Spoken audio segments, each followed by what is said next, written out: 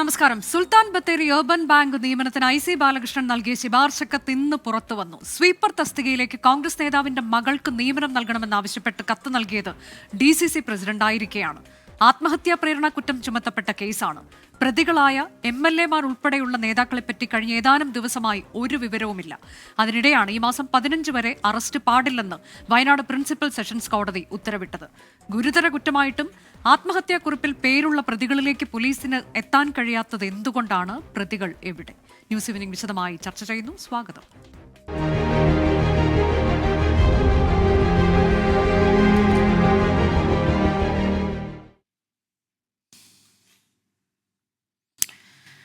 അതിഥികളായി നമുക്കൊപ്പമുള്ളത് കോൺഗ്രസ് പ്രതിനിധി ശ്രീ സംഷാദ് മരക്കാർ, CPIM പ്രതിനിധി K. Rafeeq, BJPയുടെ പ്രതിനിധി P. കൃഷ്ണദാസ് എന്നിവർ. ആദ്യം K. റഫീഖിലേക്കാണ്.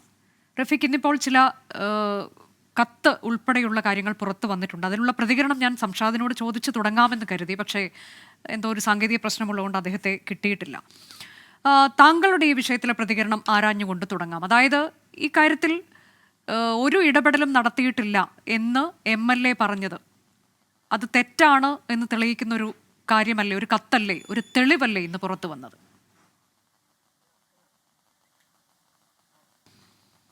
അതെ, തീർച്ചയായും ഇവരെ ഈ വിഷയം വന്നത് മുതൽ ഈ കാര്യങ്ങളെല്ലാം വസ്തുതാവിരുദ്ധമാണ്, വ്യാജമാണ് എന്ന് പറഞ്ഞുകൊണ്ടായിരുന്നു കോൺഗ്രസിന്റെ നേതൃത്വം ആകെ അത്തരത്തിലുള്ള പ്രചരണം നടത്തിയത്. എന്നാൽ ഇപ്പോൾ വളരെ കൃത്യമായി ഓരോ തെളിവുകളും പുറത്തു വന്നിരിക്കുകയാണ്. ഇവിടെ ഇനി ഈ കാര്യത്തിൽ കൂടുതൽ തെളിവുകൾ ഇനി വരാനില്ല. അതായത് NM വിജയേട്ടൻ്റെ കത്തിൽ പറയുന്നൊരു കാര്യമുണ്ട്. ആ കത്തിൽ പറഞ്ഞു വെക്കുന്നത്, എൻ്റെ മകൻ ജിജീഷിന് 7 വർഷം അവിടെ തൊഴിലെടുത്തു, ജോലി ചെയ്തു, താൽക്കാലികമായി നിയമനം നൽകാമെന്ന് നേരത്തെ പറഞ്ഞതാണ്.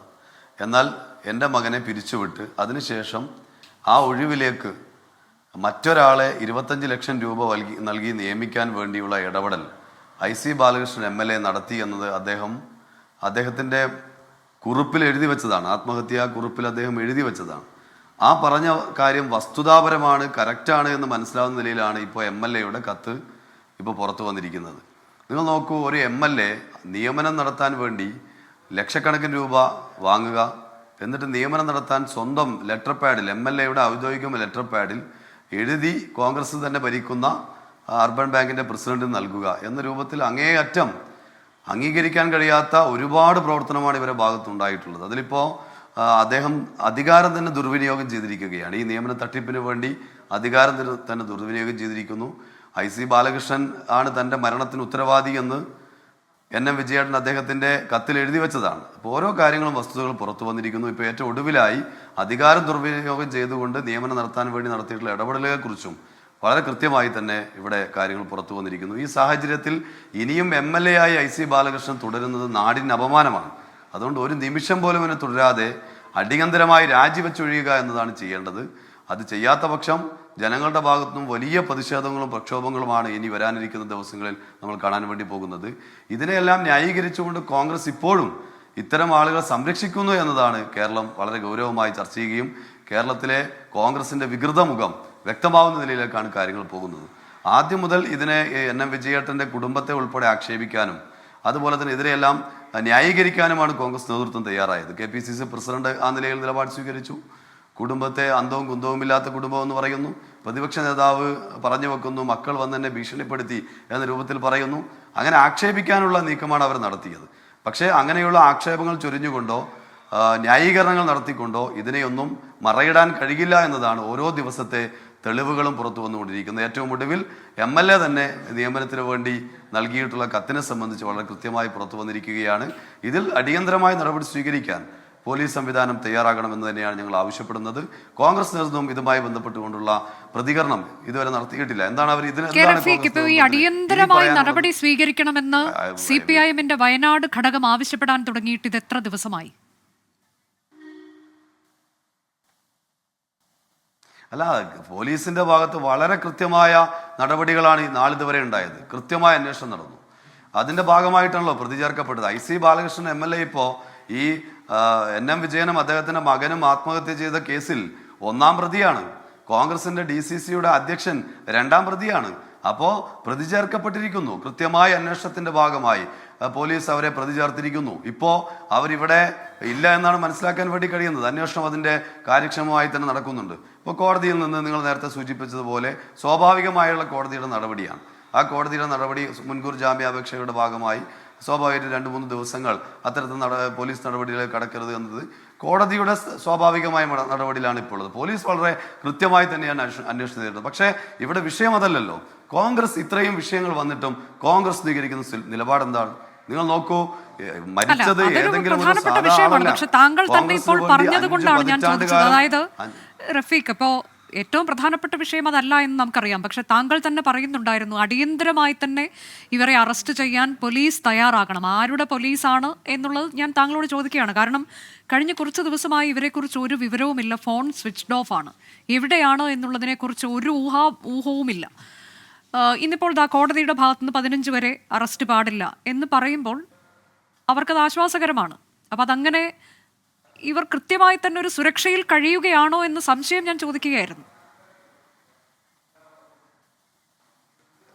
അല്ല, അത് തന്നെയാണല്ലോ ഏറ്റവും പ്രധാനപ്പെട്ട ഒരു വിഷയം. നിങ്ങൾ നോക്കൂ, കോൺഗ്രസിന്റെ ഒരു സമുന്നതരായ നേതാവിന് ഇങ്ങനെ സ്വിച്ച് ഓഫ് ആക്കി, നിങ്ങളാണ് പറഞ്ഞത് സ്വിച്ച് ഓഫ് ആക്കി പോകുന്നു, അങ്ങനെ സ്വിച്ച് ഓഫ് ആക്കി പോകേണ്ടി വരുന്ന സാഹചര്യം ഉണ്ടായി. എന്തിൻ്റെ പേരിലാണ് ഇവിടെ ഉണ്ടായിട്ടുള്ളത്?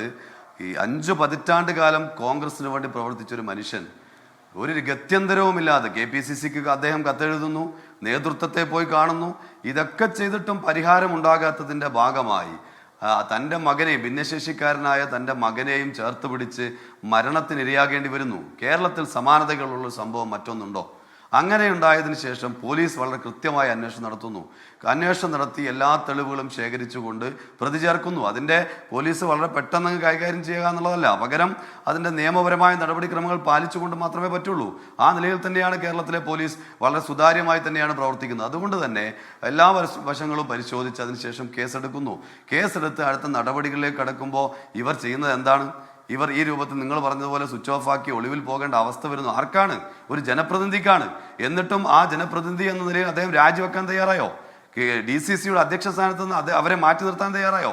ഇതൊന്നും ചെയ്തില്ല. അപ്പോഴും കുടുംബത്തെ ആക്ഷേപിക്കുകയും ന്യായീകരിക്കുകയും ചെയ്യുക എന്ന നിലപാടാണ് കോൺഗ്രസ് സ്വീകരിച്ചു കൊണ്ടിരിക്കുന്നത്. പോലീസ് വളരെ കൃത്യമായി അന്വേഷിക്കുന്നുണ്ട്. അന്വേഷണത്തിന്റെ ഭാഗമായി ഈ കാര്യങ്ങൾ നിയമത്തിന് മുമ്പിൽ വരും. എല്ലാ തെളിവുകളും പോലീസ് അതിന്റെ അന്വേഷണങ്ങളെല്ലാം വളരെ കൃത്യമായി നടത്തും. നിങ്ങൾ അതിലേക്ക് വിഷയത്തെ ചുരുക്കല്ലേ?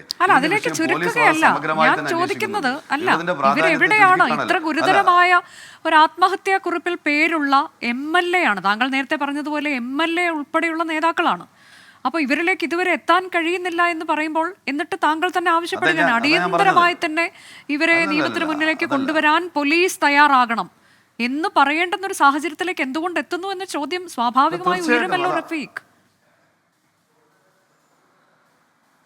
അല്ല, സ്വാഭാവികമായി വരുന്ന ചോദ്യമല്ല. ഇവിടെ നിങ്ങൾ ഈ വിഷയത്തിന്റെ പ്രാധാന്യം കുറക്കുന്നതിന് വേണ്ടി അത്തരം സ്വാഭാവിക പ്രതികരണ രൂപത്തിൽ പറയില്ല. ഞാനതാണ് പറഞ്ഞു വരുന്നത്. പോലീസ് വളരെ കൃത്യമായി അന്വേഷിക്കുന്നു. അതുകൊണ്ടാണല്ലോ പ്രതി ചേർക്കപ്പെട്ടത്.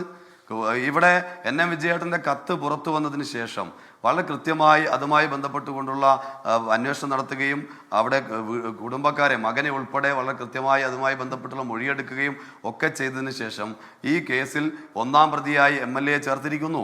2-ാം പ്രതിയായി കോൺഗ്രസിൻ്റെ DCC അധ്യക്ഷനെ ചേർത്തിരിക്കുന്നു. പോലീസിൻ്റെ ഭാഗത്തുനിന്നും അതുമായി ബന്ധപ്പെട്ടുകൊണ്ട് അന്വേഷണങ്ങൾ കൃത്യമായി മുന്നോട്ട് പോകുന്നു.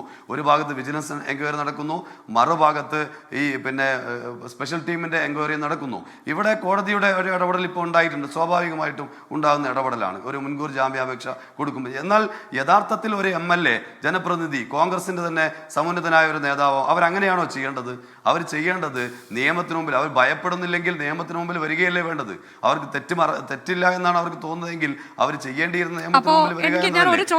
ഇതിലേക്ക് ചുരുക്കുന്നു എന്ന് താങ്കൾ ദയവേത് ആക്ഷേപിക്കരുത്. പക്ഷെ എനിക്ക് മനസ്സിൽ വരുന്ന ഒരു സംശയം ഞാൻ അതുകൂടി ഞാൻ ചോദിച്ചിട്ട് ഞാൻ സംശാദിലേക്ക് പോകും. ഞാൻ താങ്കൾക്ക് സമയം തരാം. ഒരു ചോദ്യം കൂടി. ഇപ്പോൾ കഴിഞ്ഞ ദിവസം നമ്മൾ ഏറ്റവും ഒടുവിലായി കണ്ടതാണ് ബോബി ചെമ്മണ്ണൂരിൻ്റെ വിഷയം. അത് മറ്റൊരു കേസാണ് എങ്കിൽ പോലും പരാതി നൽകുന്നു, കേസാകുന്നു, അതിനുശേഷം ചടുലമായ നീക്കം പോലീസിന്റെ ഭാഗത്ത് നമ്മൾ കണ്ടതാണ് അല്ലേ?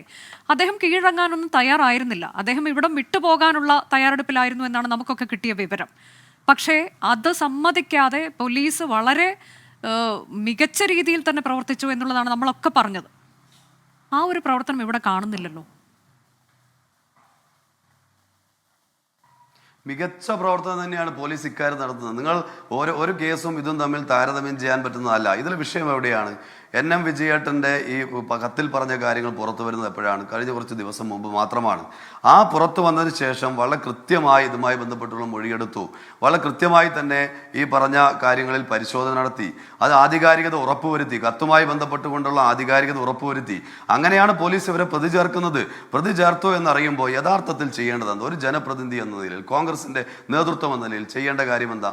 അവർ ചെയ്യുന്നത് അതിന് പകരം ഈ രൂപത്തിൽ അവരതിന് പിന്നെ ഒളിവിൽ പോകുക ഉൾപ്പെടെയുള്ള കാര്യങ്ങളാണോ അവർ ചെയ്യേണ്ടത്? ഉത്തരവാദിത്തപ്പെട്ടൊരു പാർട്ടിയുടെ നേതൃത്വമല്ലേ, MLA അല്ലേ, അവരങ്ങനെയാണോ ചെയ്തത്? അപ്പൊ പോലീസ് ഞാൻ താങ്കളിലേക്ക് എത്താം. സംഷാദ് മരക്കാർ, ഇപ്പോ ഈ കുറിപ്പിൽ NM വിജയൻ എഴുതി വച്ചിരിക്കുന്ന ഒരു കാര്യം, അതായത് മകന് ജോലി നൽകാതെ മറ്റൊരാൾക്ക് വേണ്ടി IC ബാലകൃഷ്ണൻ ശുപാർശ നൽകി എന്ന് പറയുന്നുണ്ട്. അതായത് 7 വർഷം മകൻ ദിവസവേതനാടിസ്ഥാനത്തിൽ ജോലി ചെയ്തതാണ്, ദിവസം 200 രൂപയ്ക്ക് 7 വർഷം. അങ്ങനെ ജോലി ചെയ്ത് അതിനുശേഷം പിന്നീട് നിയമനത്തിലേക്ക് വരുമ്പോൾ മറ്റൊരാൾക്ക് ശുപാർശ കത്ത് നൽകുകയാണ് IC ബാലകൃഷ്ണൻ. പിരിച്ചുവിടുകയാണ് മകനെ ചെയ്ത്. ഇത് തനിക്ക് താങ്ങാൻ കഴിയുന്നതിനും അപ്പുറത്തുള്ളതാണ്.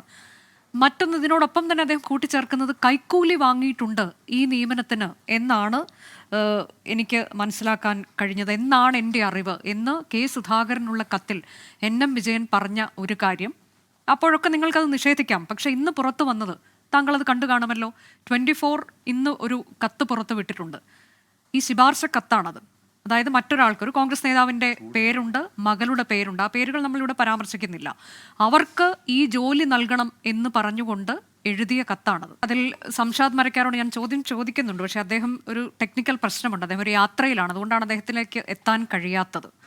ഉടൻ തന്നെ അദ്ദേഹത്തിലേക്ക് എത്താൻ കഴിയുമെന്ന് കരുതുന്നു. ശ്രീ P. കൃഷ്ണദാസ്, ഇപ്പോൾ ഈ കാര്യത്തിൽ CPIM വലിയ പ്രക്ഷോഭത്തിലാണ്. അവർ കഴിഞ്ഞ ദിവസമൊക്കെ നമ്മൾ കണ്ടു അവരുടെ ആവശ്യം എന്താണ് എന്നുള്ളത്. BJP ഈ വിഷയത്തെ എങ്ങനെയാണ് ഏറ്റെടുക്കുന്നത്? ഇതുവരെ ഒന്നും ഒരു പോരാട്ടത്തിലേക്കോ പ്രതിഷേധത്തിലേക്കോ ഒന്നും പോകുന്നത് കാണുന്നില്ല.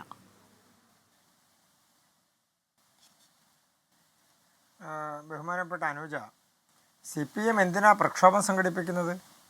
CPM അല്ലേ കേരളം ഭരിക്കുന്നത്, അവരുടെയല്ലേ ആഭ്യന്തര വകുപ്പ്, അവരല്ലേ മന്ത്രിസഭയ്ക്ക് നേതൃത്വം കൊടുക്കുന്നത്, അവരെന്തിനാ പ്രത്യേകിച്ച് പ്രക്ഷോഭം സംഘടിപ്പിക്കുന്നത്?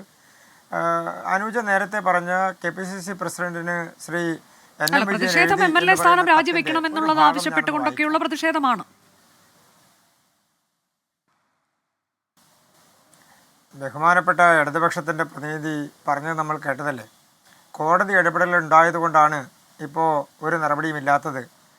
എന്ത് കോടതി നടപടിയുമായി ബന്ധപ്പെട്ടുകൊണ്ടുണ്ടായില്ല എന്ന്? ഇത്രയും ദിവസം എവിടെയായിരുന്നു? ഈ കത്ത് പുറത്ത് വന്നിട്ട് ദിവസം എത്രയായി? ഇനി അതൊക്കെ പോകട്ടെ, കോടതി അറസ്റ്റ് ചെയ്യരുതെന്നേ പറഞ്ഞിട്ടില്ല, ചോദ്യം ചെയ്യാൻ വിളിക്കാൻ പാടില്ല എന്ന് പറഞ്ഞിട്ടില്ല. ഈ കത്ത് ലഭിച്ചിട്ടുള്ളയാൾ, കത്ത് എഴുതിയതുമായി ബന്ധപ്പെട്ടുകൊണ്ട് മറ്റ് പേരുകൾ പറഞ്ഞിട്ടുള്ള ആളുകൾ, അവരെക്കുറിച്ച് എന്തെങ്കിലും അന്വേഷണമുണ്ടോ? അവർക്കെതിരെ എന്തെങ്കിലും നടപടി സ്വീകരിച്ചിട്ടുണ്ടോ? ഞാനൊരു ഭാഗം ഒന്ന് വായിക്കാം അദ്ദേഹത്തിൻ്റെ കത്തിൻ്റെ. ഞാൻ അദ്ദേഹത്തിൻ്റെ കുടുംബപരമായ കാര്യങ്ങളിലേക്ക് ഞാൻ കടക്കുന്നില്ല. അദ്ദേഹം പറഞ്ഞ ഒരൊറ്റ കാര്യം മാത്രം. 7 വർഷം മുൻപ് ബാങ്കിൻ്റെ പ്രസിഡൻ്റായിരുന്ന KP തോമസ് മാസ്റ്റർ മുൻ DCC പ്രസിഡന്റ് പറഞ്ഞിട്ടാണ് ദിവസവേതന അടിസ്ഥാനത്തിൽ 200 രൂപ ദിവസവേതനം ജോലി കൊടുത്തത്. അതിനുശേഷം 3 വർഷം മുൻപ് നിയമന വിജ്ഞാപനം ഇറക്കിയപ്പോൾ ബാങ്കിലുള്ള PTS പോസ്റ്റിൽ 1ാം റാങ്കിൽ എൻ്റെ മകനെ എടുത്തു എന്ന് ഞാൻ കരുതിയിരുന്നു. എനിക്ക് വാക്ക് നൽകിയിരുന്നു. എല്ലാവരും അങ്ങനെ തന്നെ വിശ്വസിച്ചിരുന്നു. അന്നത്തെ DCC പ്രസിഡന്റ് IC ബാലകൃഷ്ണൻ മറ്റൊരാളെ നിയമിക്കുന്നതിന് ഞാൻ പോലും അറിയാതെ, അന്ന് DCC ട്രഷററാണ് ഞാൻ, കത്ത് നൽകിയിട്ടുണ്ട് എന്ന് പറഞ്ഞ് എൻ്റെ മകനെ നിയമിക്കാതെ ICയുടെ താല്പര്യത്തിനനുസരിച്ച് എൻ്റെ മകനെ ബത്തേരി അർബൻ ബാങ്കിൻ്റെ ചരിത്രത്തിൽ ആദ്യമായി 7 വർഷം ദിവസവേതന അടിസ്ഥാനത്തിൽ ജോലി ചെയ്തിരുന്ന ആളെ പിരിച്ചുവിട്ടു. ഇനി അതിൻ്റെ തുടർച്ചയായി അദ്ദേഹം പറയുന്ന മറ്റൊരു കാര്യമുണ്ട്. സുൽത്താൻ ബത്തേരി അർബൻ ബാങ്കിലെ നിയമനവുമായി ബന്ധപ്പെട്ട വിഷയങ്ങൾ അന്വേഷിക്കാൻ അങ്ങ് സംസ്ഥാന തലത്തിൽ കമ്മിറ്റി ചെയ്തതിൻ്റെ അടിസ്ഥാനത്തിൽ അതെല്ലാം പറഞ്ഞു വന്നിട്ട് അദ്ദേഹം പറയുന്നത് PTS നിയമനത്തിന് പോലും 25 ലക്ഷം കൈപ്പറ്റി എന്നാണ് പൊതുസംസാരം. 40-ലേറെ വർഷം പാർട്ടി സജീവ പ്രവർത്തനം നടത്തിയ എനിക്ക് കൈപ്പേറിയ അനുഭവം ഉണ്ടായി.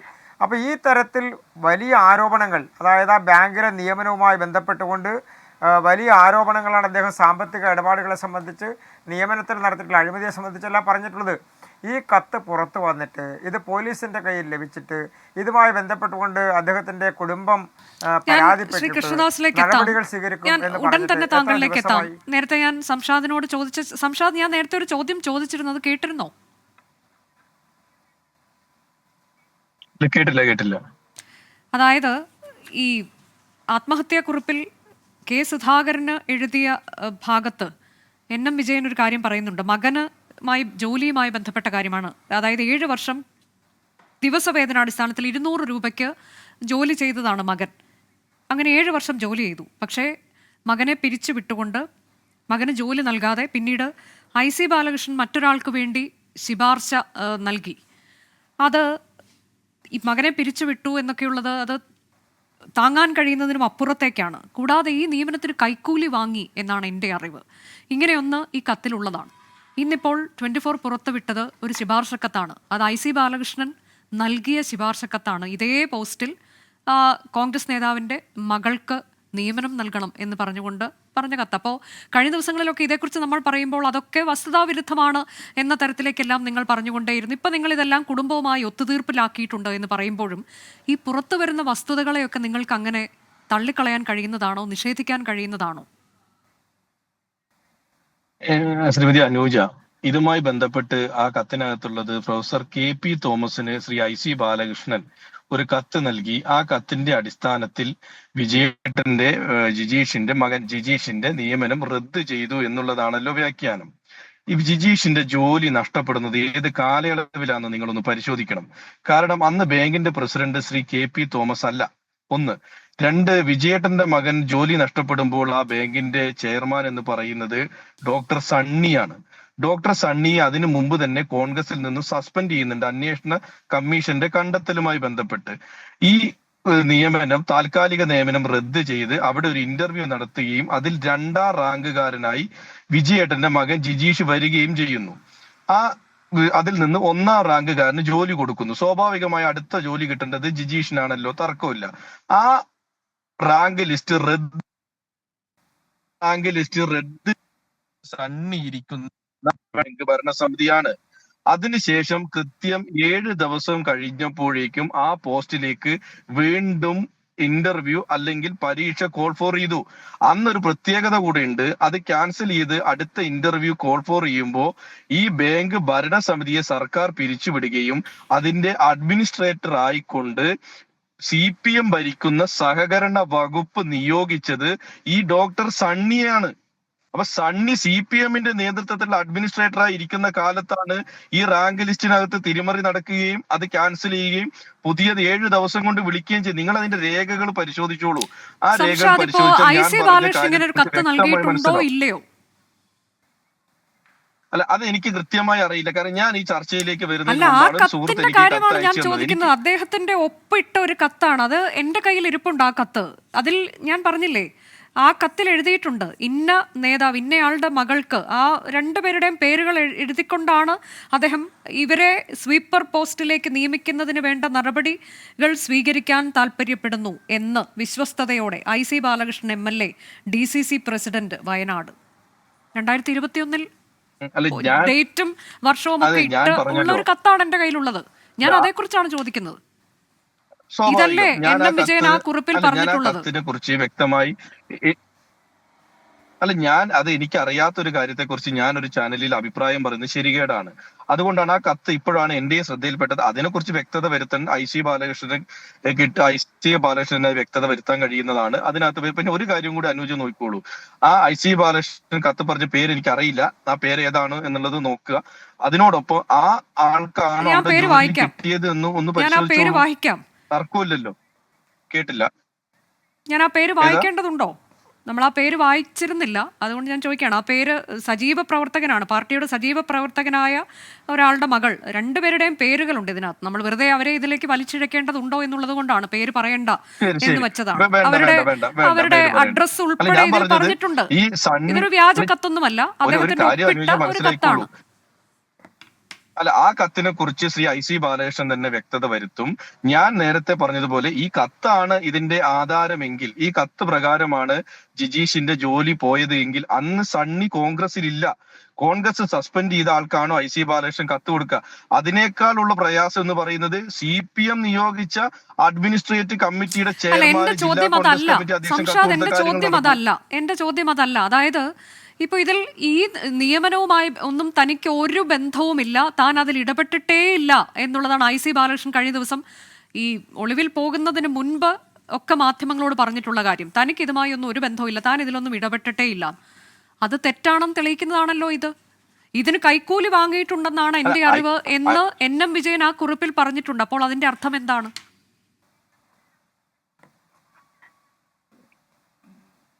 അല്ല, IC ബാലകൃഷ്ണൻ ഈ കത്ത് ഭരണസമിതിക്ക് കൊടുത്തതുമായി ബന്ധപ്പെട്ട് അതിൽ വ്യക്തമാക്കേണ്ടത് IC ബാലകൃഷ്ണൻ തന്നെയാണ്.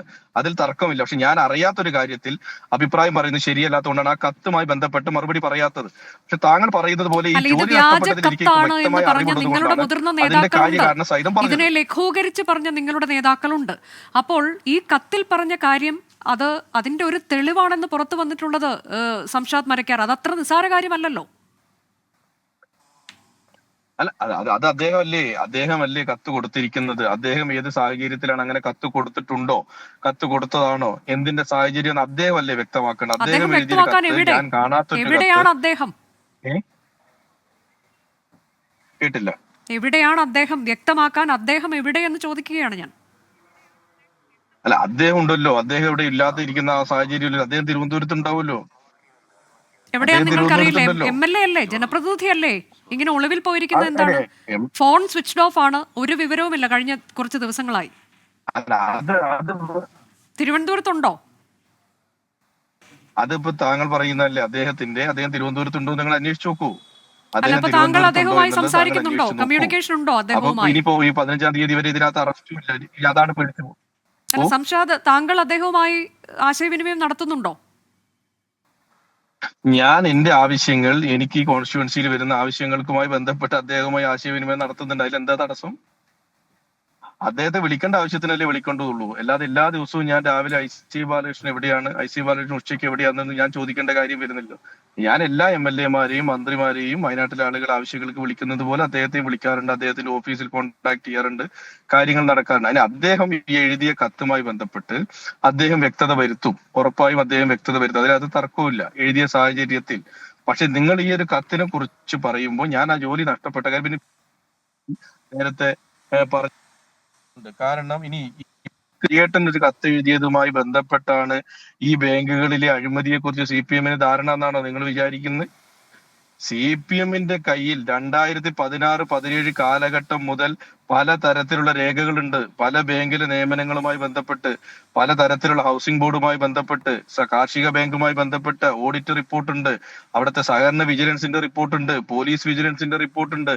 എന്ത് നടപടി അവർ സ്വീകരിച്ച് ഇത്രയും കാലമായിട്ട്? ഒരു നടപടി സ്വീകരിച്ചിട്ടില്ല. ഇനി ആ നടപടി എന്തുകൊണ്ട് സ്വീകരിക്കപ്പെട്ടില്ല എന്നുള്ളത് ഈ 8 വർഷമായിട്ട് CPM-ന് പറയാൻ പറ്റില്ല. CPM ഇന്നലെയാണ് ഈ എന്നുള്ളതാണ് CPM പറയുന്ന ഒരു.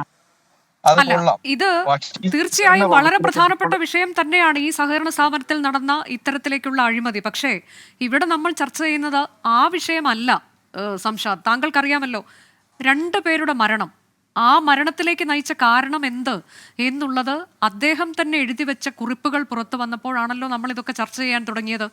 2 പേരുടെ മരണമാണ്, അതും 50 വർഷത്തിലേറെ ഈ പാർട്ടിക്ക് വേണ്ടി ജീവിച്ച് മരിച്ച ഒരാൾ എഴുതി വെച്ച ചില കാര്യങ്ങൾ.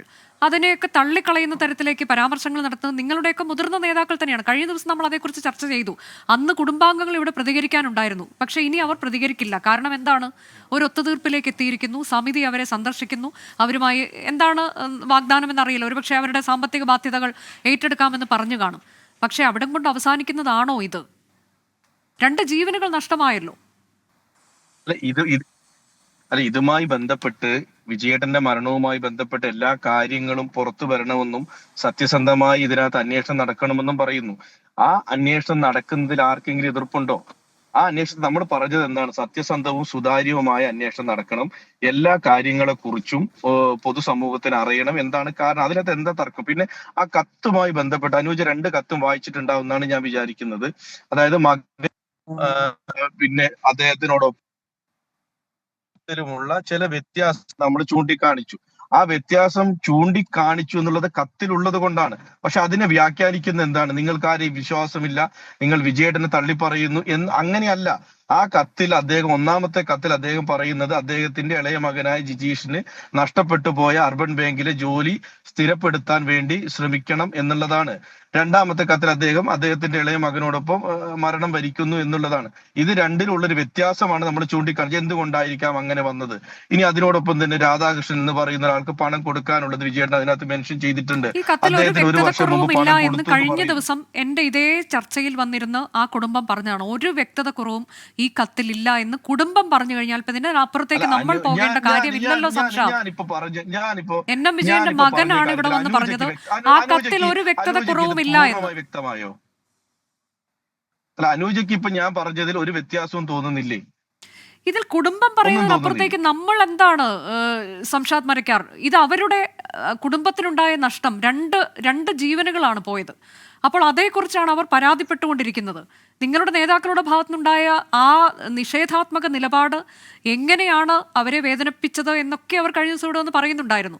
അതല്ല അവർ പ്രതീക്ഷിച്ചതെന്ന്. പക്ഷെ മാധ്യമങ്ങൾ ചർച്ചയാക്കിയത് കൊണ്ടാകാം പിന്നീട് നിങ്ങളുടെ നേതാക്കൾ അങ്ങോട്ടേക്ക് പോവുകയും ഈ വിഷയത്തിൽ ഇടപെടുകയും ചെയ്തു.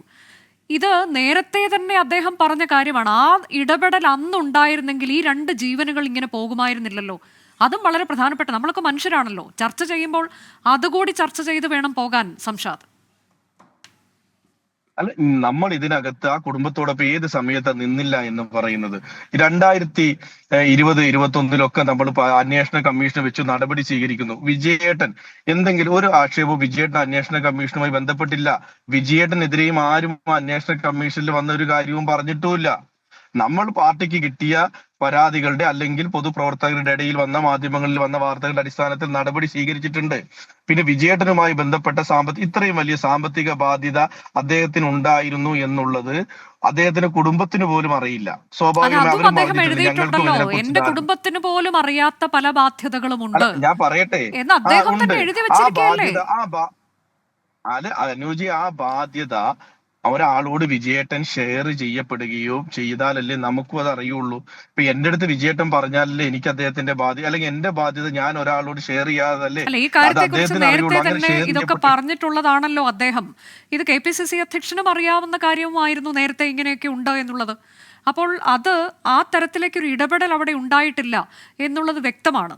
അങ്ങനെ ഇടപെടൽ ഉണ്ടാകുമെന്ന് മരണം വരെയും അദ്ദേഹം പ്രതീക്ഷിച്ചിരുന്നു എന്നുള്ളതാണ്. അതുകൊണ്ടാണല്ലോ ഈ കത്ത് പുറത്തു വിടരുത്, കാത്തിരുന്ന് എന്തെങ്കിലും ഇടപെടൽ ഉണ്ടാകുമോ എന്ന് നോക്കിയതിനു ശേഷം മാത്രം കത്ത് പുറത്തു വിടാൻ പാടുള്ളൂ എന്നൊക്കെ അദ്ദേഹം പറയുമ്പോൾ അവിടെയും അദ്ദേഹം ആ പാർട്ടിയെ വിശ്വസിക്കുകയാണ്, നിങ്ങളുടെ പാർട്ടിയെ. അല്ല, ഈ ഒരു കത്ത് ഞാൻ ചോദിക്കുന്നത്, ഈ കത്ത് പിന്നെ അവരുടെ കയ്യിലുണ്ട്. ആ കത്ത് ഉണ്ടായതിനു ശേഷം ആ കത്തിൽ പേര് പറയപ്പെടുന്ന ശ്രീ IC ബാലകൃഷ്ണന്റെ വീട്ടിൽ അവർ പോകുന്നു, അദ്ദേഹത്തോട് അവർ സംസാരിക്കുന്നു, അദ്ദേഹത്തോട് കാര്യങ്ങൾ, അതിനുശേഷം പ്രതിപക്ഷ നേതാവിനെ കാണാൻ ബാലകൃഷ്ണൻ കുടുംബത്തിന് വേണ്ടിയിട്ട് പ്രതിപക്ഷ നേതാവിനെ കണ്ണൂരിൽ നിന്ന് കാണാനുള്ള സൗകര്യം ചെയ്തു കൊടുക്കുന്നത്, അതിൽ തർക്കമില്ലല്ലോ. ആ കത്തിലുള്ള അതേ കത്തുമായി അവര് DCC പ്രസിഡന്റ് ശ്രീ ND അപ്പച്ചന്റെ ഭവനത്തിൽ പോയി കാണുന്നു, ഇതിലെ കാര്യങ്ങൾ സംസാരിക്കും. അപ്പൊ കോൺഗ്രസ് ലീഡർഷിപ്പിലുള്ള IC ബാലകൃഷ്ണനും ശ്രീ ND അപ്പച്ചനും ശ്രീ K സുധാകരനും ശ്രീ VD സതീശനും ഇവർക്ക് കത്ത് കൈമാറുന്നു, ഇവരോട് ഡിസ്കസ് ചെയ്ത്, ഇവർക്ക് അറിയാലോ കത്തിനകത്ത് എന്താ ഉള്ളത് എന്നറിയാലോ. പെട്ടെന്നൊരു ദിവസം ആരും അറിയാതെ കത്ത് പുറത്തു വന്നതല്ലല്ലോ. ഈ കത്ത് ഇവരുടെ കയ്യിലുണ്ട് എന്നും കത്തിന്റെ കണ്ടന്റിനെ കുറിച്ച് ഇവർ തമ്മിൽ ചർച്ച ചെയ്യപ്പെടുകയും അതിനകത്ത് ബാധ്യതകളെ കുറിച്ച് ചർച്ച ചെയ്യപ്പെടുകയും ചെയ്തതിനു ശേഷം പ്രതിപക്ഷ നേതാവിനെ, ഏതായാലും ഇപ്പോൾ നമ്മൾ ഈ വിഷയം, ഇപ്പൊ അദ്ദേഹം ഒളിവിലാണോ എന്നൊക്കെയുള്ള സംശയം കഴിഞ്ഞ കുറച്ച് ദിവസമായി അദ്ദേഹത്തിനെ കുറിച്ച് ഒരു വിവരവുമില്ല, ഫോൺ സ്വിച്ച് ഓഫ് ആണോ എന്നൊക്കെ ഉള്ളത് കൊണ്ടാണ് അങ്ങനെ വരുന്നത്. താങ്കൾ നേരത്തെ പറയുന്നുണ്ടായിരുന്നു തിരുവനന്തപുരത്തുണ്ടാകാമെന്ന്. പക്ഷേ അദ്ദേഹം തിരുവനന്തപുരത്തൊന്നും അല്ല. ഇപ്പോൾ IC ബാലകൃഷ്ണൻ MLA ഒരു വീഡിയോ സന്ദേശം പുറത്തു വന്നിട്ടുണ്ട്. വ്യക്തിപരമായ കാര്യങ്ങൾക്ക് കർണാടകയിലാണുള്ളത്, ഉടൻ വയനാട്ടിലേക്ക് തിരിച്ചെത്തും എന്നിന്നൊരു വീഡിയോ സന്ദേശം പുറത്തു വന്നിരിക്കുന്നു. ഒരുപക്ഷെ കോടതിയുടെ ഭാഗത്തുനിന്നൊരു നിർദ്ദേശമൊക്കെ വന്നതിന്റെ പശ്ചാത്തലത്തിലാകാം, താങ്കൾക്ക് ആശ്വാസകരമായിരിക്കാം. അദ്ദേഹത്തിന്റെ വീഡിയോ സന്ദേശം പുറത്തു വന്നിട്ടുണ്ട്, ആ സന്ദേശം പരിശോധിക്കാം. ജില്ലാ ട്രഷറർ NM വിജയന്റെ മരണവുമായി ബന്ധപ്പെട്ട് എൻ്റെ പേരിൽ ചുമത്തിയ കേസുമായി ബന്ധപ്പെട്ട് ഞാൻ ഒളിവിലാണെന്ന് വ്യാജ വാർത്തകൾ സാമൂഹ്യ മാധ്യമങ്ങളിൽ വന്നിരിക്കുകയാണ്. അത് അടിസ്ഥാനരഹിതമാണ്. ഞാൻ എൻ്റെ വ്യക്തിപരമായ ആവശ്യങ്ങൾക്ക് വേണ്ടി കർണാടകയിൽ വന്നതാണ്. എൻ്റെ സുഹൃത്തിൻ്റെ മകളുടെ മാരേജ് ഫംഗ്ഷനുമായി ബന്ധപ്പെട്ട് ഞാൻ ഇന്നോ നാളെയായിട്ട് നാട്ടിലെത്തും. ഞാനൊരു ജനപ്രതി എന്ന നിലയ്ക്ക് ഒളിച്ചോടേണ്ട ആളല്ല, ഒളിവിൽ പോകേണ്ട ആളല്ല. നീതിന്യായ ബഹുമാനപ്പെട്ട കോടതിയെ എന്നെ സംബന്ധിച്ച് എനിക്ക് വിശ്വാസമുണ്ട്. നീതി ലഭിക്കുമെന്നുള്ള കാര്യത്തിൽ യാതൊരു തർക്കവും എന്നെ സംബന്ധിച്ച് ഇല്ല.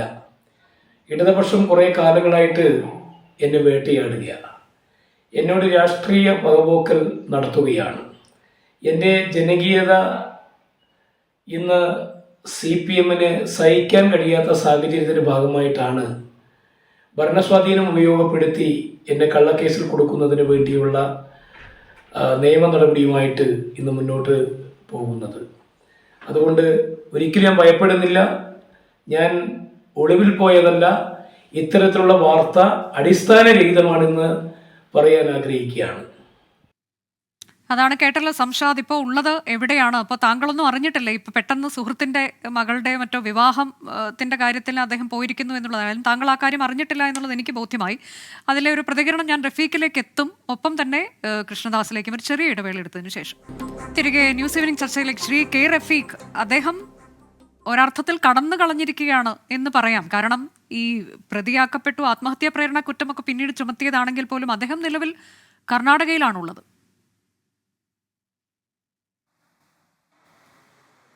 അതെ, ഇങ്ങനെ ഒരു ജനപ്രതിനിധിയായിട്ടുള്ള ഒരു MLA-ക്ക്, കോൺഗ്രസിൻ്റെ സമുന്നത നേതാവിന് ഇങ്ങനെ ഒളിച്ചോടേണ്ടി വരുന്ന അവസ്ഥയിലേക്ക് എത്തിയത് എങ്ങനെയാണ് എന്നതാണ് വളരെ ഗൗരവമായി നമ്മൾ കാണേണ്ടത്. ഇവിടെ അദ്ദേഹം ഇവിടെ നേരത്തെ ആ വീഡിയോയിൽ പറയുന്നത് കേട്ടു, CPIM ആണ് ഇതിൻ്റെ പുറകിൽ നിന്നൊക്കെ. ഞാൻ ചോദിക്കട്ടെ, ആരാണ് ഈ കത്തെഴുതി വെച്ചത്? CPIM-ൻ്റെ ഏതെങ്കിലും പ്രവർത്തകനാണോ? അല്ലെങ്കിൽ കോൺഗ്രസിനെതിരെയുള്ള ഏതെങ്കിലും പാർട്ടിയിൽപ്പെട്ട ആളുകളാണോ? ആ കത്തെഴുതി വെച്ചത് 5 പതിറ്റാണ്ട് കാലം കോൺഗ്രസിന് വേണ്ടി പ്രവർത്തിച്ച DCCയുടെ ഏറ്റവും പ്രധാനപ്പെട്ട ഭാരവാഹിയായിട്ടുള്ള ഒരാളല്ലേ എഴുതി വെച്ചിരിക്കുന്നത്. അതും എല്ലാ സംവിധാനത്തെയും, നേരത്തെ ഇവിടെ കോൺഗ്രസിൻ്റെ പ്രതിനിധിയൊക്കെ പറയുന്നത് കേട്ടു, എല്ലാ തരത്തിലും ആ കുടുംബത്തോടൊപ്പം നിന്നു എന്നൊക്കെ പറയുന്നത് കേട്ടു.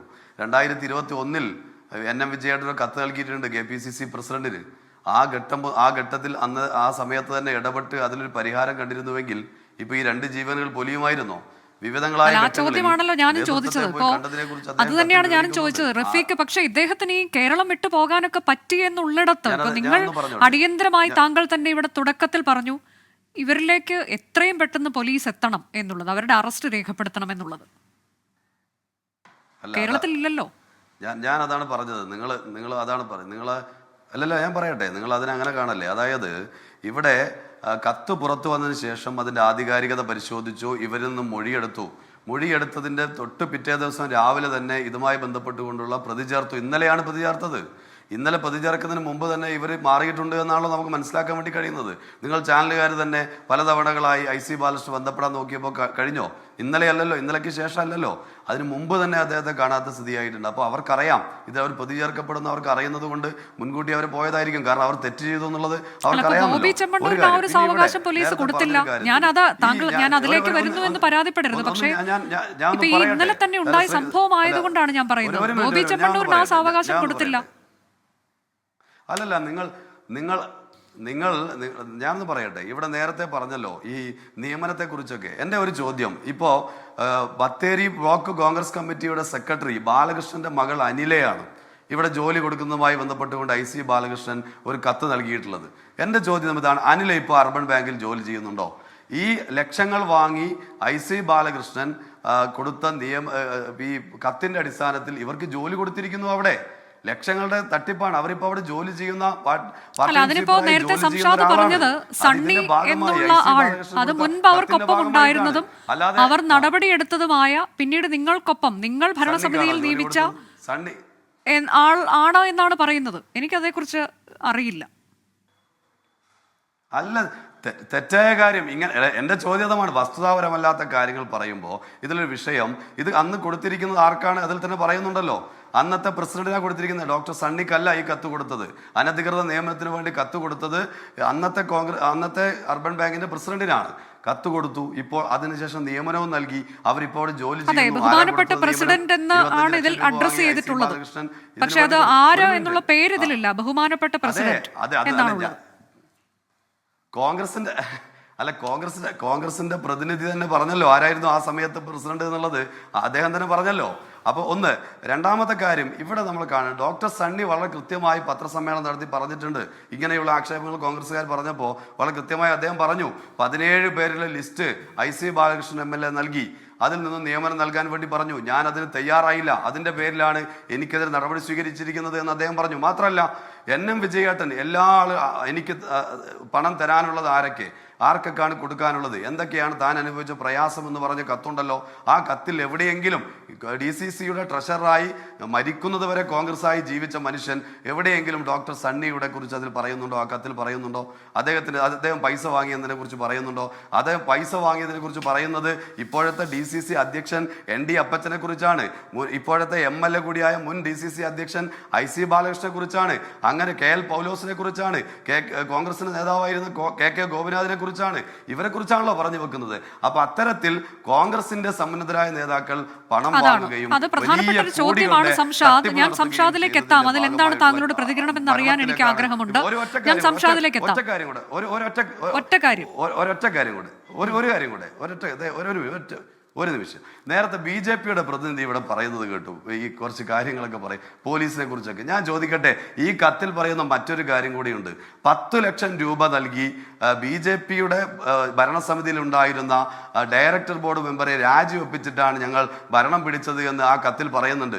ഈ കോൺഗ്രസും BJP തമ്മിലുള്ള ഡീല് വരെ NM വിജയേട്ടൻ ആ കാര്യത്തിൽ പറഞ്ഞു വെക്കുന്നുണ്ട്. അവരാണ് ഈ കാര്യത്തെക്കുറിച്ച് വലിയ പ്രതികരണം നടത്തുന്നത്. അതുകൊണ്ട് BJPയുടെ ഈ കാര്യത്തിലെ ആത്മാർത്ഥതയൊക്കെ എല്ലാവർക്കും ബോധ്യമുണ്ട്. കാരണം കോൺഗ്രസുമായി ഡീല് നടത്തി എന്ന് ഈ കത്തിൽ കൃത്യമായുണ്ട്. അതിനെക്കുറിച്ച് എന്താ BJPയുടെ പ്രതിനിധിക്ക് പറയാനുള്ളത്?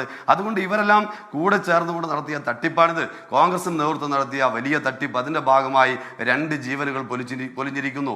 അതിന്റെ എല്ലാ തെളിവുകളും പുറത്തു വന്നിരിക്കുന്നു. ഇപ്പോഴും ഞാൻ ചോദിക്കുന്ന IC ബാലകൃഷ്ണനെ MLA ആയി തുടരുന്നു. അതിനെന്താ KPCC നേതൃത്വത്തിന്റെ നിലപാട്? കുടുംബത്തെ ആക്ഷേപിക്കാൻ വലിയ രൂപത്തിൽ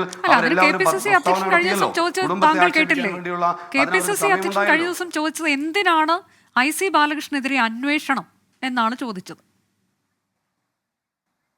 അതെ, അതാ പറഞ്ഞത്. ഇത്രയും തെളിവുകൾ വന്നിട്ടും KPCCയുടെ അധ്യക്ഷൻ ഒരു ഭാഗത്ത് ഇവര് കുടുംബത്തെ ഇത്തരം കേസുകളിൽ നിന്ന് തണുപ്പിക്കാൻ വേണ്ടി നിങ്ങളോടൊപ്പമാണെന്ന് പറയുകയും, എന്നാൽ യഥാർത്ഥത്തിൽ മറുഭാഗത്ത് എന്തിനാണ് അന്വേഷണം എന്ന് ചോദിച്ച് കുറ്റക്കാരായിട്ടുള്ള IC ബാലകൃഷ്ണൻ ഉൾപ്പെടെ സംരക്ഷിക്കുന്ന നിലപാട് സ്വീകരിക്കുകയാണ്.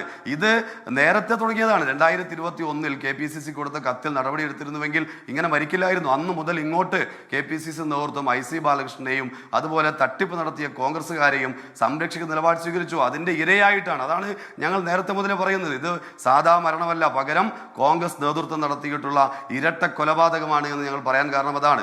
അതുകൊണ്ട് ആ കാര്യത്തിൽ കോൺഗ്രസ് നേതൃത്വം ഇനിയെങ്കിലും ഈ കുറ്റക്കാരെ സംരക്ഷിക്കുന്നത് അവസാനിപ്പിച്ച് IC ബാലകൃഷ്ണനെ തൽസ്ഥാനത്ത് രാജിവെപ്പിക്കാൻ തയ്യാറാകണം. അതോടൊപ്പം തന്നെ കോൺഗ്രസിന്റെ ഉത്തരവാദിത്തപ്പെട്ട സ്ഥാനത്തിരിക്കുന്ന DCC അധ്യക്ഷൻ ഉൾപ്പെടെ മാറ്റാൻ തയ്യാറാകണം. നിയമത്തിന് മുമ്പിലേക്ക് വരാൻ തയ്യാറാകണം. ഒളിച്ചോടുന്നതിന് പകരം നിയമത്തിന്റെ മുമ്പിലേക്ക് വന്ന് ഇവർക്ക് എന്തുകൊണ്ടാണ് അത്തരത്തിലുള്ള കാര്യങ്ങൾ നേരിടാൻ ഭയം? എന്താണ്? അതെ, ശ്രീ P. കൃഷ്ണദാസ്, ഇപ്പോൾ നേരത്തെ റഫീഖ് ഒരു ആരോപണം ഉന്നയിച്ചിട്ടുണ്ട്. അതിനുള്ള മറുപടി എന്താണ്? ഒപ്പം തന്നെ അദ്ദേഹം വയനാട്ടിലല്ല നിലവിലുള്ളത്, അദ്ദേഹം കർണാടകയിലാണ്. അത് പറയുന്നത് ഒരു സുഹൃത്തിൻ്റെ മകളുടെ വിവാഹത്തിന് പോയിരിക്കുകയാണ് എന്നതാണ്. പക്ഷേ ഫോൺ സ്വിച്ച് ഓഫ് ആയിരുന്നു കഴിഞ്ഞ കുറച്ച് ദിവസങ്ങളായി. മാത്രമല്ല, ഒരു പൊതുപരിപാടിയിലും അദ്ദേഹം പങ്കെടുക്കുന്നില്ല. ജനപ്രതിനിധി ഒരുതരം ഒളിവ് ജീവിതത്തിലേക്ക് പോയോ എന്ന സംശയം വന്നതും അവിടെ തന്നെയാണ്. ഇപ്പോൾ ഏറ്റവും ഒടുവിലായി മുൻകൂർ ജാമ്യാപേക്ഷ പരിഗണിക്കുന്ന ആ സമയം വരെ മാറി നിൽക്കലാണോ എന്നൊക്കെയുള്ള സംശയം. ഇന്നിപ്പോൾ കോടതിയുടെ ഉത്തരവ് വരുമ്പോൾ 15 വരെ ഏതായാലും അവർക്ക് പ്രശ്നമൊന്നുമില്ല എന്ന് പറയുകയാണ്. അപ്പോൾ അവർ കൃത്യമായി തന്നെ അങ്ങനെ ഒരു മാറി നിൽക്കൽ തന്നെ ആയിരുന്നു അത് എന്ന് കണക്കാക്കാൻ കഴിയുമോ? അങ്ങനെയെങ്കിൽ അതിനൊക്കെ ഒരു വഴിയൊരുക്കൽ നടന്നിട്ടുണ്ടോ കൃഷ്ണദാസ്?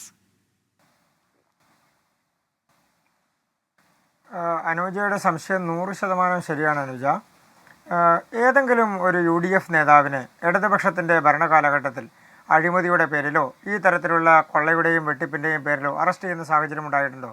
എത്ര കാലമായി ഇടതുപക്ഷം കേരളം ഭരിക്കാൻ തുടങ്ങിയിട്ട്? ഇനി ഇടതുപക്ഷത്തിൻ്റെ ഭരണകാലത്ത് പോട്ടെ, UDFൻ്റെ ഭരണകാലത്ത് എത്രയോ ഇടതുപക്ഷ നേതാക്കന്മാർക്കെതിരെ എത്രയോ കേസുകളിൽ ആരോപണം ഉണ്ടായിട്ടുണ്ട്. അതിലാരെങ്കിലും അറസ്റ്റ് ചെയ്യുന്ന സാഹചര്യം ഉണ്ടായിട്ടുണ്ടോ? ഇതെല്ലാം ഒരു സെറ്റിൽമെൻറ്റ് നടത്തി അതുമായി ബന്ധപ്പെട്ടുകൊണ്ടുള്ള കാര്യങ്ങൾക്ക് അവസരമൊരുക്കി കൊടുത്ത്, അവർക്ക് സ്ഥലം വിടാനുള്ള അവസരമൊരുക്കി കൊടുത്ത്, അവർക്ക് മുൻകൂർ ജാമ്യം തേടാനുള്ള അവസരമൊരുക്കി കൊടുത്ത് ആ തരത്തിൽ അങ്ങനെ പോവുകയാണ് സർക്കാരുമായി ബന്ധപ്പെട്ടുകൊണ്ട് നടപടികൾ. പിന്നെ ബഹുമാനപ്പെട്ട ഇടതുപക്ഷത്തിൻ്റെ പ്രതിനിധി ഞങ്ങൾക്കെതിരെ ആരോപണം ഉന്നയിച്ചു എന്ന് അനുജ സൂചിപ്പിച്ചല്ലോ. അദ്ദേഹം പറഞ്ഞ കാര്യങ്ങൾ, അദ്ദേഹം ആ കത്തിൻ്റെ ബാക്കി കാര്യങ്ങൾ കൂടി ഒന്ന് വായിക്കുന്നത് നന്നായിരിക്കും എന്നാണ് എനിക്ക് പറയാനുള്ളത്.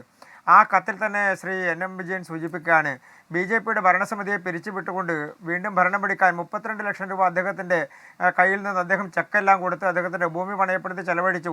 അത് 60 ലക്ഷമായി എന്നാണ് പറയുന്നത് കോൺഗ്രസ്സുകാർക്കെതിരെയുള്ള ആരോപണം. ഇത് ഇന്നും ഇന്നലെ നടന്നല്ല. എത്രയോ കാലമായി കേരളത്തിൽ BJPക്കെതിരെ ഈ തരത്തിൽ BJPയുടെ ഭരണ സംവിധാനത്തിനെതിരെ BJP ജയിക്കാൻ സാധ്യതയുള്ള സ്ഥലങ്ങളിൽ അവിടെയെല്ലാം ഇടതുപക്ഷവും കോൺഗ്രസും എല്ലാം ഒരുമിച്ച് ചേർന്നുകൊണ്ട് ഞങ്ങൾക്കെതിരെ നടപടി സ്വീകരിക്കുന്നു. ഇപ്പോഴും ഇടതുപക്ഷത്തിൻ്റെ പ്രതിനിധിക്ക് താല്പര്യവും അദ്ദേഹത്തിൻ്റെ ഉത്സാഹവും BJPക്കെതിരെ ഒരു വാക്ക് പറയാനുള്ള അവസരം കിട്ടുമോ എന്നുള്ളതാണ്.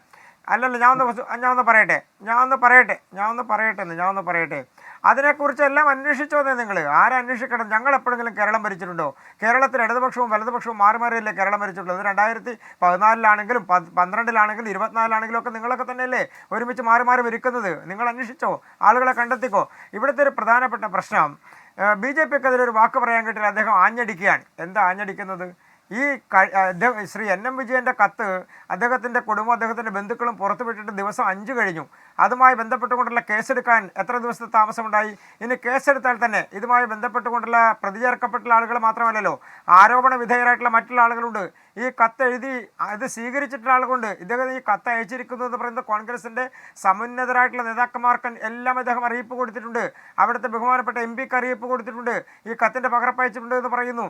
അപ്പോൾ ഇതെല്ലാം പുറത്തു വരുന്ന വാർത്തകളുടെ അടിസ്ഥാനത്തിൽ കോൺഗ്രസിൻ്റെ അഖിലേന്ത്യാ നേതൃത്വം മുതൽ താഴത്തേക്കുള്ള മുഴുവൻ ആളുകൾക്കും, പ്രധാനപ്പെട്ട ആളുകൾ, KPCC അധ്യക്ഷൻ അടക്കമുള്ള ആളുകൾ, പ്രതിപക്ഷ നേതാവ് അടക്കമുള്ള ആളുകൾ, അവർക്കെല്ലാം ഈ കത്തിൻ്റെ പകർപ്പും പോലീസിൽ പകർപ്പും എല്ലാം കിട്ടിയതിന് ശേഷവും ഈ പ്രതികൾ അല്ലെങ്കിൽ അതുമായി ബന്ധപ്പെട്ടുകൊണ്ട് നിൽക്കുന്ന അഴിമതി അദ്ദേഹത്തിൻ്റെ മരണത്തിന് ഉത്തരവാദികളാണ് എന്ന് പറയുന്ന ആളുകൾ രക്ഷപ്പെടാനുള്ള അവസരമൊരുക്കിയതാരാ? ഈ പോലീസല്ലേ, ഇടതുപക്ഷ ഗവൺമെൻറ്റല്ലേ? അപ്പോൾ അതുമാത്രമല്ല, ഇന്ന് പ്രോസിക്യൂഷൻ എന്താ എതിർക്കാതിരുന്നത്?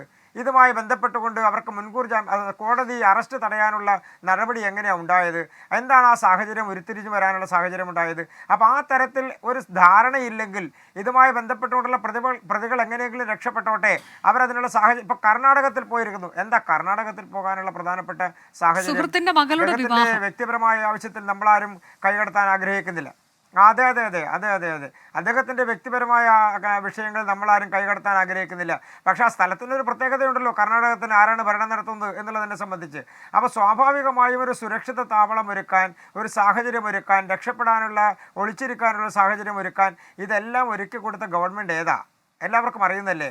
ഇടതുപക്ഷത്തിൻ്റെ പ്രതിനിധി പറയുന്ന നേരം കൊണ്ട് ഞാൻ കഴിഞ്ഞ ദിവസം മറ്റൊരു ചാനലിൽ അദ്ദേഹത്തോട് ചോദിച്ചതാണ് ഒരു കാര്യം. അങ്ങയുടെ ഒരു ഫോൺ കോൾ മതിയല്ലോ ആ പോലീസ് അവിടെ ഉണർന്ന് പ്രവർത്തിച്ച് ഈ ആളുകളെ സംബന്ധിച്ചിട്ടുള്ള മുഴുവൻ ആളുകളെയും പുറത്തു കൊണ്ടുവരാൻ. അപ്പോൾ എന്തുകൊണ്ടാണ് ഇടപെടൽ നടത്തുന്നില്ല? ഞങ്ങൾ പ്രക്ഷോഭം നടത്തുന്നുണ്ട് എന്ന് പറഞ്ഞാൽ മതിയോ? പ്രക്ഷോഭമല്ലല്ലോ ആവശ്യം. നിങ്ങൾ എന്തിനാണ് പ്രക്ഷോഭം നടത്തുന്നത്? നിങ്ങൾ മുഖ്യമന്ത്രിയോട് പറഞ്ഞാൽ നേരിട്ട് നടപടി ഉണ്ടാവില്ലേ? നേരത്തെ അനുജ സൂചിപ്പിച്ചതുപോലെ മറ്റൊരു പ്രധാനപ്പെട്ട കേസിൽ 2 മണിക്കൂർ കൊണ്ടല്ലേ എറണാകുളത്ത് നിന്ന് പോലീസ് വയനാട്ടിൽ വന്ന ആളെ അറസ്റ്റ് ചെയ്ത് കൊണ്ടുവന്നത്.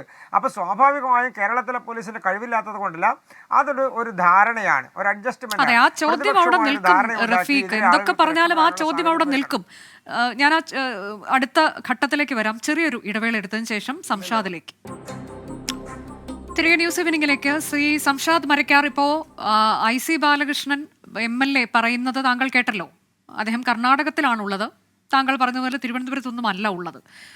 മറ്റൊന്ന്, ജനകീയത സഹിക്കാൻ കഴിയാതെ CPIM കള്ളക്കേസിൽ കൊടുക്കുകയാണ് എന്നാണ്. നേരത്തെ അതുതന്നെയാണ് റഫീഖ് ചോദിച്ചതും. ഇപ്പോൾ പോലീസ് കേസെടുത്തത് എന്തിൻ്റെ പശ്ചാത്തലത്തിലാണ്? ഇവിടെ കള്ളക്കേസാണ്, ജനകീയതയാണ് എന്നൊക്കെ പറയുന്നതിൻ്റെ എന്ത് അടിസ്ഥാനമാണുള്ളത്?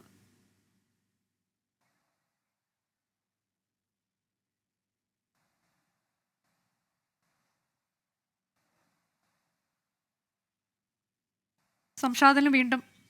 സംഷാദ് കേട്ടോ? എന്റെ ചോദ്യം കേട്ടോ? IC ബാലകൃഷ്ണന്റെ ബൈറ്റുമായി ബന്ധപ്പെട്ടാണ് ചോദ്യം. കുറച്ച് കേട്ടു. അതെ, ഞാൻ ചോദിച്ചത് ഇപ്പോൾ ഇതിൽ IC ബാലകൃഷ്ണൻ പറയുന്ന തന്റെ ജനകീയത സഹിക്കാൻ കഴിയുന്നില്ല CPIM, കള്ളക്കേസിൽ കൊടുക്കാൻ നീക്കം നടത്തുകയാണ് CPIM അതുകൊണ്ട് എന്നാണ്. ഈ കേസെടുത്ത് എന്തിന്റെ സാഹചര്യത്തിലാണ്? ഇതുമായി ബന്ധപ്പെട്ട് മറുപടി പറയുന്ന മുന്നേ ശ്രീ റഫീഖ് പറഞ്ഞ ഒരു ആക്ഷേപം IC ബാലകൃഷ്ണന്റെ ശുപാർശ കത്തും അവിടുത്തെ നിയമനങ്ങളെ കുറിച്ചും ഒക്കെ അദ്ദേഹം വലിയ രീതിയിൽ സംസാരിക്കുകയുണ്ടായി. സാധാരണഗതിയിൽ കോൺഗ്രസ് ഭരിക്കുന്ന ബാങ്കിൽ CPM-ന്റെ നേതാക്കന്മാരുടെ മക്കൾക്ക് എങ്ങനെ ജോലി കിട്ടുക? CPM-ന്റെ ജില്ലാ സെക്രട്ടറി നല്ലതാണ്. കോൺഗ്രസ് ഭരിക്കുമ്പോൾ കോൺഗ്രസ്സുകാർക്ക് ശുപാർശ കത്തിന്റെ അടിസ്ഥാനത്തിലോ അല്ലെങ്കിൽ മറ്റേതെങ്കിലും അടിസ്ഥാനത്തിലോ ചിലപ്പോൾ ജോലി കിട്ടിയെന്നൊക്കെ ഒരു ആക്ഷേപം പറയാം. നിങ്ങളുടെ വലിയ സമുന്നതരായ നേതാക്കന്മാരുടെ മക്കൾക്ക് കോൺഗ്രസ് ഭരിക്കുന്ന ബാങ്കിൽ എങ്ങനെ ജോലി കിട്ടിയെന്നുള്ളത് താങ്കൾ ഇപ്പോൾ ജില്ലാ സെക്രട്ടറി ആണല്ലോ. താങ്കളോടൊപ്പം ജില്ലാ സെക്രട്ടേറിയറ്റിലും ജില്ലാ കമ്മിറ്റിയിലൊക്കെ ഇരുന്ന ആളുകളും ഇരിക്കേണ്ട ആളുകളും ഒക്കെ ഉണ്ടല്ലോ. അപ്പൊ താങ്കൾ അതൊക്കെ ഒന്ന് അന്വേഷിക്കും.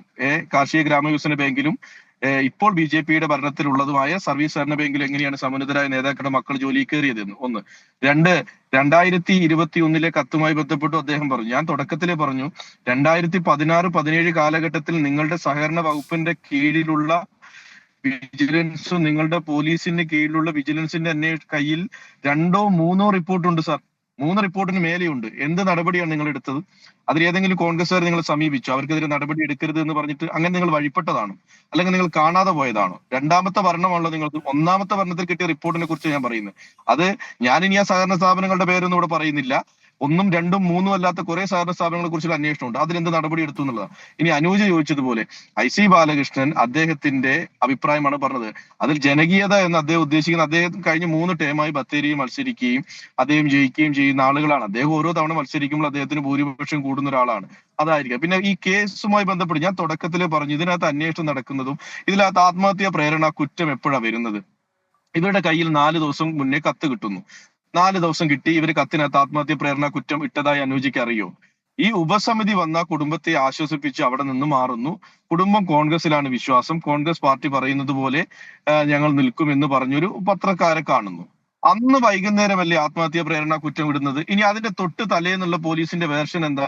അനൂജയുടെ റിപ്പോർട്ടോട് ചോദിക്കും, ഇവിടെ എന്താണ് പോലീസ് നിങ്ങളുടെ റിപ്പോർട്ടോട് അടക്കം പറഞ്ഞെന്നറിയോ? ഈ 2 കത്തും കോടതിയുടെ അനുമതിയോടുകൂടി ഫോറൻസിക് പരിശോധനയ്ക്ക് അയച്ചതിന് ശേഷം മാത്രമേ ഇതിനകത്ത് മൊഴിയെടുക്കൽ ആരംഭിക്കുകയുള്ളൂ, പ്രതി ചേർക്കൽ ആരംഭിക്കുകയുള്ളൂ എന്ന് പോലീസ് പറഞ്ഞത്. കോൺഗ്രസ് പറഞ്ഞതല്ല, പോലീസ് പറഞ്ഞതാണ്. അത് മാധ്യമങ്ങൾ റിപ്പോർട്ട് ചെയ്തു. ഫോറൻസിക് പരിശോധനയ്ക്ക് 2 കത്തും അയക്കുന്നു എന്ന് പറയുന്നു തലേന്നാൾ. 24 മണിക്കൂറിനുള്ളിൽ ഫോറൻസിക് പരിശോധനയില്ല, കോടതിയുടെ അനുമതിയില്ല, ആത്മഹത്യാ പ്രേരണ കുറ്റവും ചുമത്തുന്നു, പ്രതികളെയും ചേർക്കുന്നു. ഈ ഒരു വൈരുദ്ധ്യത്തെയാണ് നമ്മൾ രാഷ്ട്രീയ പ്രേരിതം എന്ന് പറയുന്നത്. പോലീസ് പറഞ്ഞതായിരുന്നു നടപടിയെങ്കിൽ അവർ കോടതിയിൽ പോയി ഫോറൻസിക്കിന് കൊടുത്ത് അത് ക്ലിയർ എവിഡൻസ് ആക്കി ചെയ്യുമായിരുന്നു. അത് ചെയ്യുമെന്ന് നമ്മൾ ആവശ്യപ്പെട്ട നമ്മൾ മാധ്യമങ്ങളിൽ അതിലുള്ള 1 or 2 അവ്യക്തമായ കാര്യങ്ങളെ കുറിച്ച് പറഞ്ഞപ്പോ അതിനേക്കാൾ മുകളിൽ ഞങ്ങൾ പറഞ്ഞ 1 or 2 അവ്യക്തമായ കാര്യങ്ങൾ, അത് അനൂജിക്ക് മനസ്സിലായിട്ടുണ്ടാവും വിചാരിക്കും, ആ കാര്യങ്ങൾ ഒരു ക്ലാരിറ്റി വേണമെന്ന് പറഞ്ഞപ്പോൾ പോലീസ് സ്വമേധയാ പറഞ്ഞതാണ്, കോടതി അനുമതിയോടുകൂടി. അത് ചെറിയ വാർത്തയായിരുന്നില്ല, വലിയ പത്രങ്ങളുടെ മുൻ പേജിലെ വാർത്തയാണ് പോലീസിന്റെ കൂട്ടി. നിങ്ങളുടെ റിപ്പോർട്ടർ സുർജിത്ത് അടക്കം അത് റിപ്പോർട്ട് ചെയ്താണ്. അത് കഴിഞ്ഞ് വൈകുന്നേരത്തോടു കൂടി ആത്മഹത്യാ പ്രേരണ അത് രാഷ്ട്രീയ പ്രേരിതമാണ് പറയുന്നതിൽ എന്താ കുഴപ്പമെന്താ?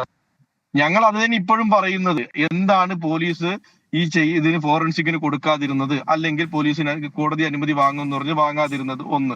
2, ഈ കത്തുമായി അങ്ങനെയൊക്കെ നിങ്ങൾക്ക് എപ്പോഴും ഈ കത്തിൽ സംശയമുണ്ടോ എന്നുള്ളത് നമുക്കറിയാം. നിങ്ങളുടെ തന്നെ മുതിർന്ന നേതാവ് രമേശ് ചെന്നിത്തല പറഞ്ഞത് ഇതൊരു ആത്മഹത്യാക്കുറിപ്പ്, ഇത് അതിന്റെ ഒരു ക്രെഡിബിലിറ്റിയെ ചോദ്യം ചെയ്തുകൊണ്ട് തന്നെയായിരുന്നു അദ്ദേഹത്തിന്റെ പ്രതികരണം. അല്ല, ഒരു സെക്കൻഡ് അനുജ കുറെ നേരമായി പറഞ്ഞു നമ്മൾ കത്തിന്. ഞാൻ താങ്കളുടെ ബോധ്യത്തിൽ പണം കൊടുത്തത് 1 വർഷം മുമ്പ് പണം കൊടുത്തു എന്ന് പറയുന്നതും മരണത്തിൽ ഒപ്പം ജോലി സ്ഥിരപ്പെടുത്തണം എന്നൊരു കത്തിൽ പറയുന്നത് അവ്യക്തമായി താങ്കൾക്ക് ഇതുവരെ തോന്നിയിട്ടില്ലേ?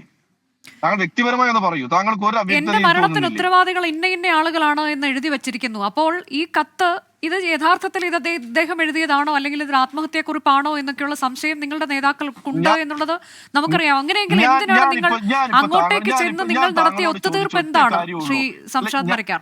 ഞാൻ താങ്കളോട് ചോദിച്ച വളരെ സ്പെസിഫിക് അല്ലേ? മരിക്കാൻ കൂടെയുള്ള മകന് ജോലി സ്ഥിരപ്പെടുത്തണമെന്ന് ഒരു കത്തിൽ മരിക്കാൻ പോകുന്നു എന്ന് എഴുതുന്നതിലും താങ്കൾക്ക് ഇത്രയും നേരമായി അത് ക്ലാരിറ്റി ആയിട്ടാണോ മനസ്സിലാകുന്നത്? അതൊരു അവ്യക്തമായി തോന്നുന്നില്ലേ?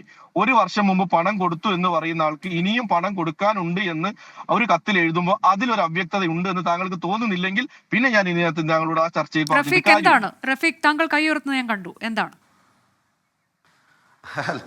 അല്ല ഞാൻ ചോദിക്കട്ടെ, കഴിഞ്ഞ ദിവസം കോൺഗ്രസിന്റെ സമുന്നതരായ ചില നേതാക്കൾ വന്നിട്ട് കുടുംബത്തോടൊപ്പം പറഞ്ഞത് നിങ്ങളോടൊപ്പം ഉണ്ട് എന്നാണല്ലോ കുടുംബത്തോട് പറഞ്ഞത്, നിങ്ങളെല്ലാം റിപ്പോർട്ട് ചെയ്തതാണല്ലോ.